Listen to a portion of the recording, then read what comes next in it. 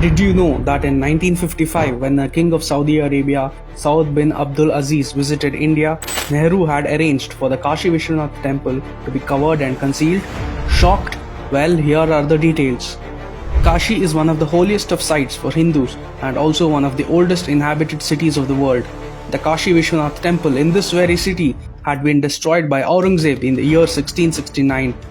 It was only in 1780, more than 100 years later, that the Vishwanath temple was rebuilt by Maharani Ahilya Bai Holkar.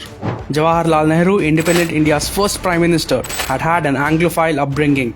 Thanks to his Marxist outlook that distorted his worldview, he saw India's Hindu heritage with considerable bias.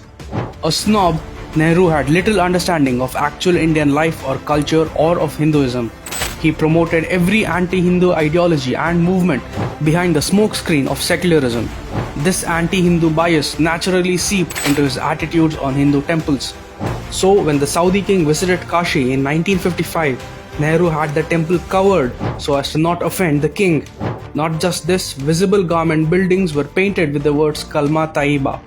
Pujas and Aartis were also stopped at all the various temples of Kashi for the duration that the Saudi king stayed in the city. Nehru had even arranged for a special train and coach to take the Saudi king from Delhi to Kashi. This is how Nehru and the Congress had crossed all limits and insulted the sentiments of the Hindu community, all to appease a certain minority vote bank. Today, the descendants of the same Nehru would have you believe that by just visiting a few temples during elections, they can fool voters.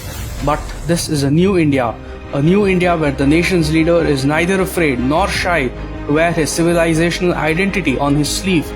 In this new India under Prime Minister Modi, temples such as Somnath, Kashi Vishwanath, Kedarnath and the Ayodhya Ram Mandir are being revamped and rebuilt.